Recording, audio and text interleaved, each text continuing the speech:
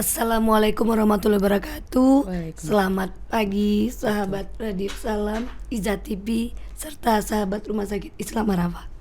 Selamat pagi juga kepada narasumber kita, Dr. Lailan Gusti, spesialis SPKFR yang berpraktik di Rumah Sakit Islam Arafah. Selamat pagi dokter. Selamat pagi Dokter Lili. Maaf ya dok, suaranya agak serak. Di pagi yang ceria ini kita dikasih kesempatan dengan dokter untuk membahas yang menarik nih dok, temanya rehabilitasi medik pasca stroke. Nah, mengingat zaman sekarang nih dok, lumayan banyak tuh pasien-pasien bahkan nggak usia tua, usia muda pun udah mengalami stroke. Rata-rata apalagi pasien stroke ini dia mengalami namanya kelemahan anggota gerak ya dok, jadi akan berpengaruh kepada kualitas hidupnya nanti. Nah, ini yang akan kita bahas nanti ya dok. Kepada para peserta, untuk kalau mau bertanya boleh silakan ke nomor yang sudah tersedia. Nanti kita akan membahas bersama narasumber kita, Dr. Lailan Gusti. Dan sekarang langsung saja boleh dokter? Boleh, silakan dok. Kita bercerita Silakan. ngobrol-ngobrol dikit ya dok, Baik, mengenai baik. rehabilitasi medik untuk pasien-pasien yang pasca stroke. Boleh dokter ceritakan dikit dok mengenai pasien-pasien yang pasca stroke ini dalam rehabilitasi medik diapain aja sih dok? Gitu. Baik, terima kasih Dokter Lili. Assalamualaikum warahmatullahi wabarakatuh kepada para pemirsa yang dimanapun berada. Kemudian terima kasih juga Dokter Lili yang sudah bersedia menghadirkan saya di sini pada pagi hari ini. Senang sekali loh dok rasanya. Senang, alhamdulillah. Jadi kalau dari judul yang hari ini kan kita beri judul rehabilitasi medik pasca stroke ya dok ya. Benar. Nah sebelumnya mungkin saya akan menerangkan dulu arti kata-kata per kata, jadi supaya pemirsa juga bisa mengerti kita ini bicara apa sih dok sebenarnya gitu kan. Jadi kalau dari asal kata rehabilitasi medik, re itu adalah kembali dok. Kembali. Jadi rehabilitasi itu adalah kemampuan maksimal. Jadi kita mengembalikan kemampuan maksimal. Pasca stroke artinya setelah serangan stroke mau diapain ini? Kan banyak ya orang-orang stroke gitu. Akhirnya dia nggak mengerti kalau ketika dia ada banyak keluhan biasanya dok, banyak keluhan. Terus karena ketidaktahuan gitu ya. Atau mungkin karena masih belum terima kenapa jadi stroke gitu kan. Nah itu jadi rehabilitasi medik itu adalah mengembalikan kemampuan maksimal setelah serangan stroke. Kemampuan yang dikembalikan apa? Kemampuannya itu adalah fungsi. Nah jadi kalau kita bicara fungsi di rehabilitasi medik itu kita akan selalu berbicara mengenai masalah fungsi. Fungsi itu adalah kerja dari suatu bagian tubuh dok. Kerja dari suatu bagian tubuh. Jadi kalau misalnya kita bilang stroke itu kan berarti di otak. Serangannya kan di atas gitu ya, di otak. Jadi artinya ketika otaknya stroke berarti kan tadi fungsi kerja dari suatu bagian tubuh. Jadi ketika bagian otaknya itu tidak berfungsi, kira-kira apa yang terjadi gitu. Sangat-sangat banyak dok, sangat banyak yang bisa terjadi kalau kita bicara gangguan fungsinya gitu. Salah satunya, bukan salah satu sebenarnya, salah banyak dok, salah banyak gitu. Kita bicara gangguan fungsi, kalau stroke itu dia gerakannya kurang, badannya lemah, bicaranya nanti susah, pelo, kemudian nanti ada gangguan menelan, ada gangguan kaku, ada gangguan kaku, kemudian malah ada gangguan yang kalau bicara dia mengerti tapi dia nggak bisa ngomong gitu. Ada gangguan susah kalau misalnya BAK buang air kecil malah nggak bisa stop, jadi harus pakai pampers terus kemana-mana gitu. Kemudian gangguan makan, kalau pulang dia harus pakai NGT, pakai selang gitu kan, pasti keluarga tuh aduh banyak ya ternyata yang harus dilakukan gitu. Ya mungkin pada pagi hari ini mungkin kita akan tilik satu-satu ya dok ya. Pembahasan saya sangat menarik ya dok. Iya. Oke, biasanya tuh dok sering nih yang ditanya-tanyain, udah terkena stroke nih pasiennya, kapan sih pasien yang terkena pasca stroke ini memulai untuk melakukan rehabilitasi mediknya dok, yang paling baik gitu? Baik. Jadi kalau untuk rehabilitasi medik pasca stroke itu ada 3 dok. Kita pakai pakai waktu gitu. Ya fase satu tuh 0 sampai 2 minggu. 0 sampai 2 minggu. Fase 2 itu 2 minggu sampai 6 bulan. Kemudian di atas 6 bulan. Jadi 0 sampai 2 minggu itu disebut fase akut yang baru terjadi. Kemudian 2 sampai 6 bulan itu fase subakut. Nah, di atas 6 bulan itu adalah fase kronik. Nah, tergantung dok. Jadi kalau misalnya dalam 2 minggu pertama dia penanganan stroke-nya cepat. Jadi sebelumnya saya akan kembali dulu. Kalau stroke itu ada istilahnya golden period dok. Golden period itu kalau dalam 6 jam pertama begitu serangan dia dapat tindakan medis segera, itu biasanya hal-hal yang tadi kita sebutkan kerusakannya itu biasanya minimal. Tapi kalau misalnya lewat dari 6 jam, lewat dari golden period, nah hal-hal inilah nanti yang akan menjadi problem di fase subakut yang sampai 6 bulan bahkan akan berlanjut di fase yang kronik gitu. Jadi kita membaginya 2 minggu pertama akut, sampai 6 bulan subakut, di atas 6 bulan kronik. Penanganannya itu nanti akan beda-beda dok, gitu. Jadi kalau semakin cepat semakin baik ya dok untuk Iya. kita laksana. Iya, Oke. benar dok, benar dok. Kemudian setelah dilakukan rehabilitasi medik ini, biasanya dok berapa lama sih? Nih misalnya ya ada beberapa pasien mungkin udah melakukan untuk rehab medik dok, mungkin bosen, capek, jenuh gitu.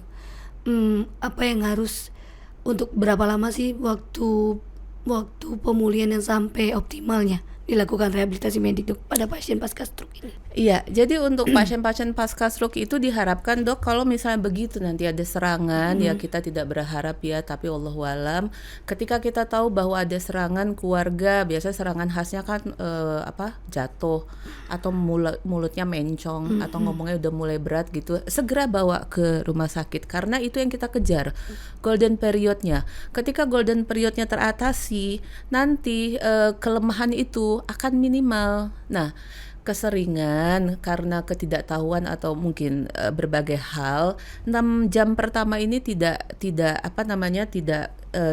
dapat tindakan segera sehingga ketika muncul ke rehabilitasi medik itu dia tuh udah di fase yang subakut, udah di bulan kedua, di bulan ketiga gitu, atau bahkan malah yang di atas 6 bulan gitu.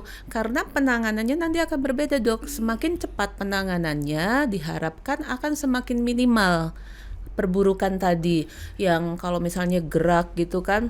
Jadi sering pasien yang datang ke kita itu udah kaku dok, udah 2 bulan, 3 bulan kaku.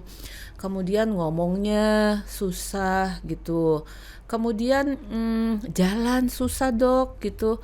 Bahkan akhirnya pasien itu lebih banyak duduk, lebih banyak baring. Justru itu nanti akan memperberat karena prinsip dasar itu adalah manusia itu dok harus bergerak secepat mungkin. Bergerak gitu. Jadi memang pada saat penanganannya di subakut, begitu jadi yang serangan golden period 6 jam pertama itu, kemudian kapan dia akan direhabilitasi medik masuk kalau tensinya sudah stabil. Kalau pasiennya sudah stabil itu tekanan darahnya sudah ada patokannya gitu kan, kemudian nadinya, kemudian kesadaran pasien udah bisa diajak komunikasi, itulah waktunya rehabilitasi medik untuk masuk. Nah, pada saat rehabilitasi medik itu masuk nanti kita akan langsung melakukan klasifikasi, oh ini gangguan fungsinya yang mana gitu.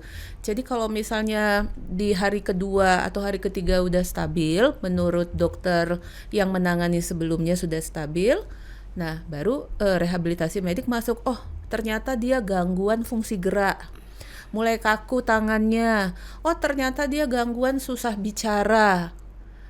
Oh ternyata dia gangguan pakai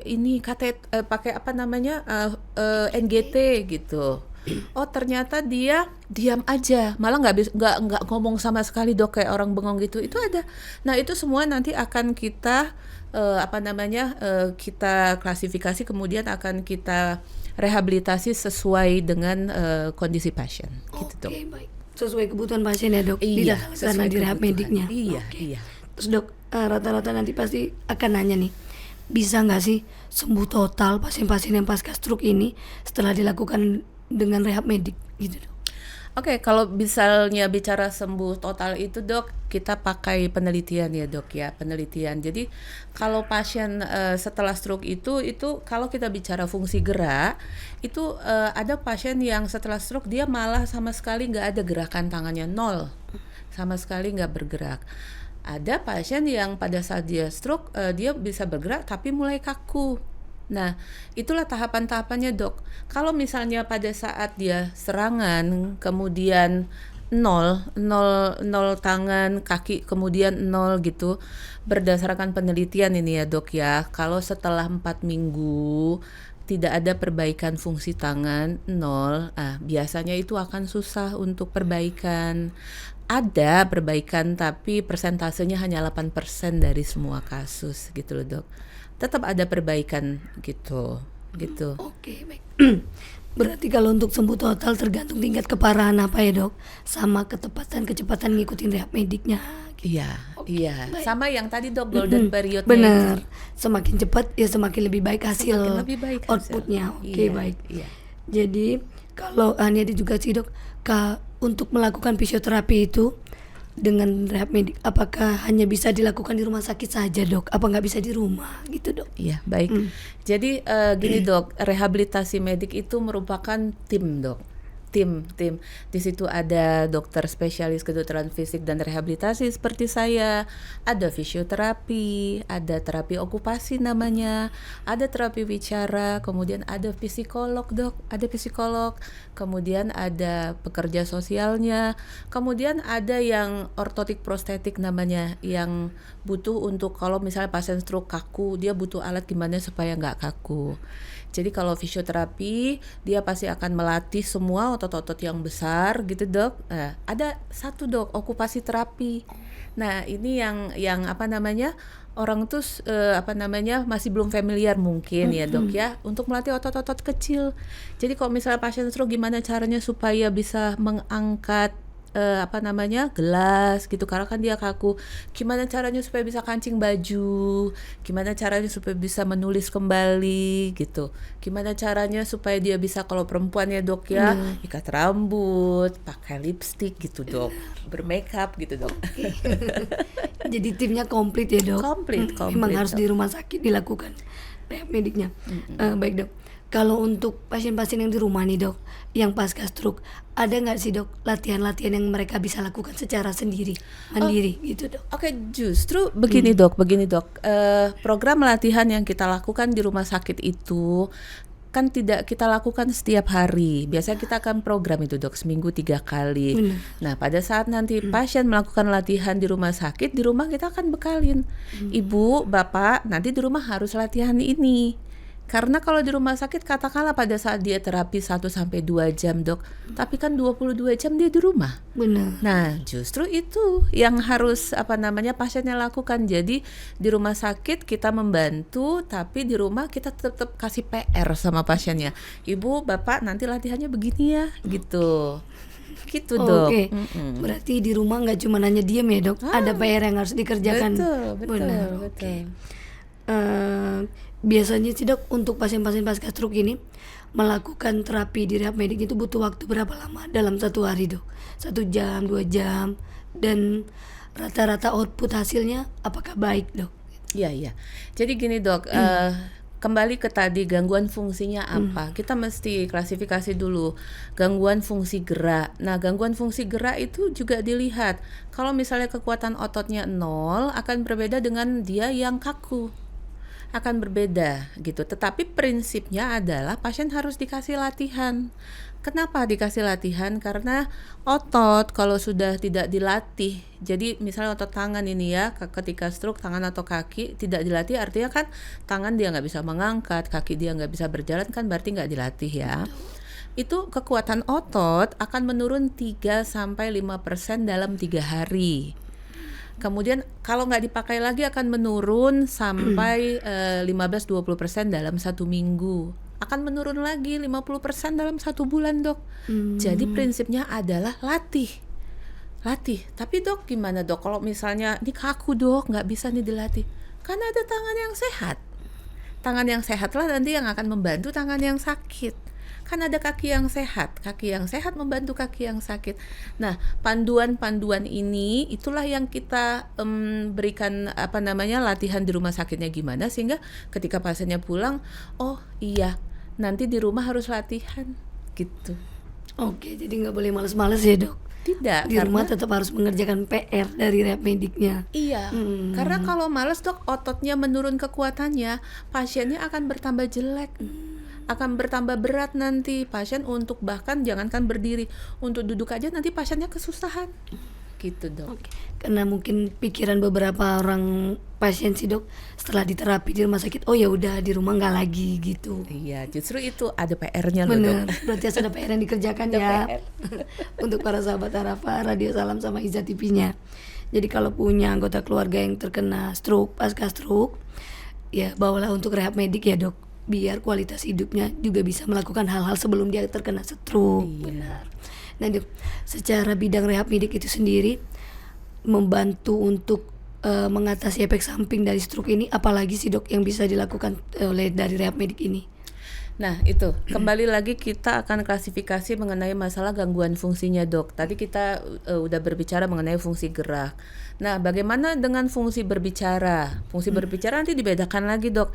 Ada pasiennya yang mengerti ya, pada saat berbicara dia mengerti juga, tapi dia bicaranya pelo, namanya dysarthria, pelo dia bicara. Dia mengerti, komunikasi mengerti, tapi susah.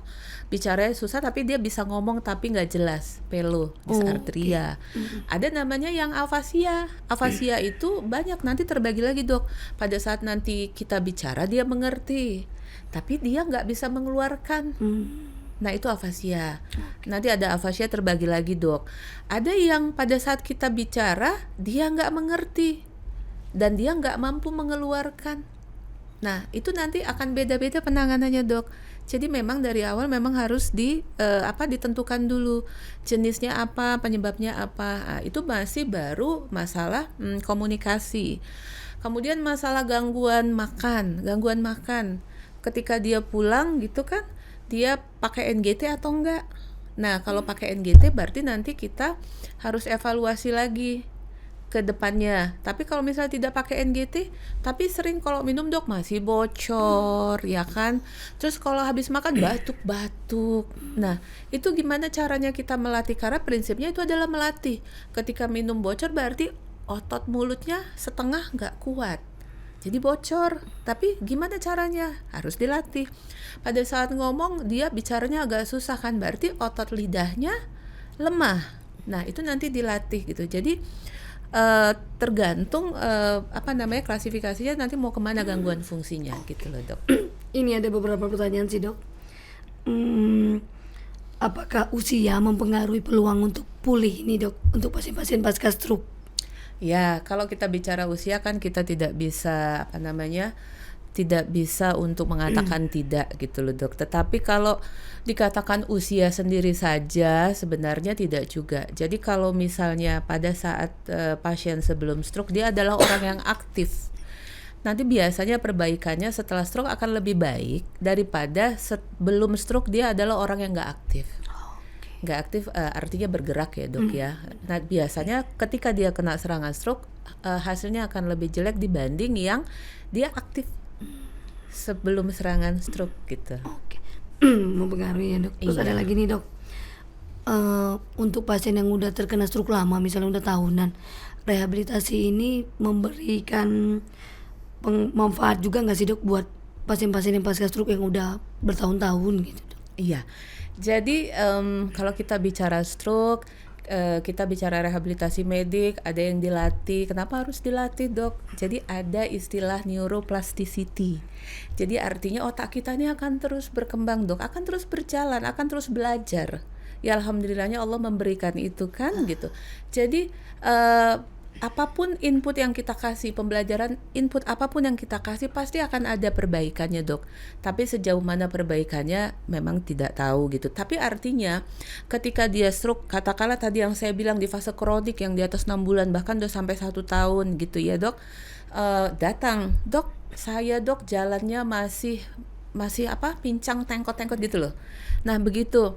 Nah, itu Dok bisa nggak diperbaiki? Nah, nanti kita lihat lagi. Oh, ternyata ini hanya kelemahan ototnya yang selama ini melatih pola jalannya itu salah. Nah, kita latih, kita berikan bahwa setelah 1 tahun otaknya akan mikir, oh pola jalan yang dia kasih itu ini loh. Tapi ternyata itu pola jalan yang salah, Dok. Sehingga ketika dia datang 1 tahun lagi, kita perbaiki pola jalannya, otak akan belajar. Otak akan belajar, oh ini pola jalan yang baru. Nah, otak akan belajar sehingga yang diharapkan adalah dia berjalannya nanti kembali fungsional, walaupun tidak normal seperti sebelum serangan stroke, tapi minimal kembali fungsional. Jadi pada saat jalan pasien itu merasa lebih ringan, gitu. Itulah prinsip neuroplasticity, Dok. Jadi ketika kita melatih, otak itu pasti akan berusaha untuk menerima pembelajaran input baru. Jadi yang dikasih adalah pola jalan yang normal tuh harusnya seperti ini loh.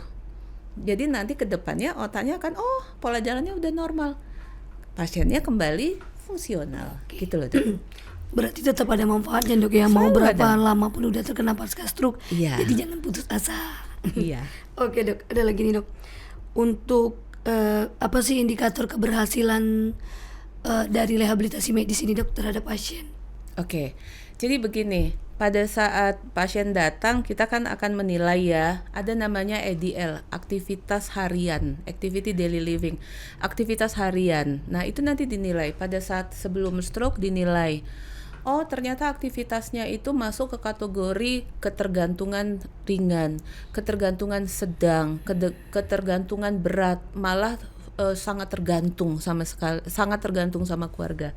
Jadi indikatornya begitu, pada saat pasien pertama kali datang ke kita akan melakukan kuesioner. Nah, kita akan nilai, oh pasien pada saat datang ke kita ini masuk kategori ketergantungan berat. Kemudian kita cari gangguan fungsinya apa. Kemudian kita latih. Nah, nanti setelah latihan akan ada evaluasinya, bisa per 2 minggu, bisa per 1 bulan gitu. Kita nilai lagi tuh kuesionernya. Oh udah naik, Dok, dari ketergantungan berat naik ke ketergantungan sedang. Nah itulah indikatornya. Oke, ada ya, Dok, indikator keberhasilannya. Ada. Oke. Oke, Dok. Terus nih ya, untuk beberapa yang mengalami pasca stroke yang lemah anggota gerak tangannya tuh, Dok, bagaimana menilai potensi pemulihan tangannya? Kata ini pertanyaannya, Dok. Iya, jadi potensi pemulihan tangan itu dievaluasi lagi. Kalau tadi yang saya katakan, kalau dari awal masuk dia sudah hemiplegia, itu artinya kekuatan ototnya 0, sama sekali tidak ada. Kita tunggu dalam 4 minggu ada nggak dia kekuatan ototnya. Kalau misalnya ada gerak-gerak sedikit gitu dalam 4 minggu, berarti ada harapan untuk kekuatan ototnya akan meningkat. Nah, kalau kita bicara kekuatan otot, Dok, kita bicara kekuatan otot itu ada 5. 0, 1, 2, 3, 4 sampai 5. 5 itu kayak kita sekarang, Dok, ya, normal. Jadi kalau misalnya dia 0 dilihat dalam 4 minggu. Kalau dalam 4 minggu dia tetap 0, itu yang tadi saya katakan. Berarti kemungkinan naiknya itu hanya 8%. Kalau lewat 4 minggu gitu. Tapi kalau misalnya di awal datang dia 0 gitu kan, kemudian karena tahapan stroke ini dari 0, nanti dia akan ada gerakan, terus dia akan kaku dalam 48 jam. Nah, kakunya ini nanti akan dinilai lagi, Dok, karena kaku ini akan bisa berjalan sampai berbulan-bulan. Nah, kalau untuk tahapan normalnya itu kaku itu bisa menurun tapi nggak ada waktu batasan ya kapan dia bisa menurun gitu. Nah, makanya dilatih. Kaku itu, Dok, kalau dia kaku sakit itu pasiennya. Nah, kaku itu kesannya kuat ya ototnya, karena kan pas kita tarik aduh kuat. Tapi itu adalah otot yang lemah, Dok. Kaku itu adalah otot yang lemah. Kenapa? Karena pada saat dia kaku ototnya nggak bekerja. Ototnya nggak bekerja itu lemah, Dok. Kenapa dia kaku kuat? Karena sinyal dari otak untuk menyuruh ototnya rileks nggak sampai, putus. Itulah yang dikatakan stroke. Putus sinyalnya, jadi otak nggak bisa, halo tangan, kamu harus bergerak, nggak nyampe pesannya. Jadi dia kaku. Tapi itu bukan kuat, justru yang kaku itu adalah lemah, Dok. Oke. Itu lemah. Berarti tampilannya nggak sesuai sama definisinya ya, Dok? Iya. Oke. Ini, Dok, ada pertanyaan lagi, Dok. Bedanya Bell's palsy sama gejala stroke apa, Dok? Oh iya. Jadi kalau Bell's palsy itu bukan stroke ya. Kalau Bell's palsy itu dia gangguan pada saraf tepi. Kalau stroke dia gangguan pada saraf pusat. Dia berbeda, Dok. Jadi kalau Bell's palsy itu saraf tepi itu dia kena ada saraf nomor 5 di wajah kita, ada 3 cabang begitu di muka begitu. Nah, itu di bawah telinga itu ada tempat keluarnya saraf, kemudian dia bercabang 3. Nah, itu kalau Bell's palsy makanya nanti kelopak matanya nggak bisa nutup, kemudian ini alisnya susah naik, susah senyum, ini mencong begitu. Gangguannya di sini, itu saraf tepi. Kalau stroke, gangguannya di otak, itu saraf pusat. Berbeda, Dok. Oke. Berbeda ya, Dok. Walaupun Berbeda. mungkin keluarnya pasien takut ngira, oh jangan-jangan kena Iya, stroke nih. banyak Padahal kan emang. ya Bell's palsy. Iya. Oke. Betul. Pertanyaannya alhamdulillah sudah sejauh ini, Dok. Sepertinya sudah habis. Waktu pun semakin berjalan, nggak terasa ya, Dok. Iya. Karena seru bincang-bincangnya, banyak yang dibahas. Oke, terima kasih Dokter Lailan sudah menyempatkan waktunya untuk hadir di sini bersama kita. Dan terima kasih juga kepada para peserta sahabat Islam Arafah, Iza TV, Radio Salam, para pendengar setianya. Kalau mau bertemu Dokter Lailan, ada setiap hari ya, Dok, Senin sampai Sabtu di Rumah Sakit Islam Arafah. Dari jam berapa, Dok? Dari jam 2:30. Oke, dari jam 2:30 siang ya, para teman-teman semuanya. Baik, Dok, berakhirnya pertanyaan sama waktu sudah berjalan, kita bincang-bincang serunya sudah selesai.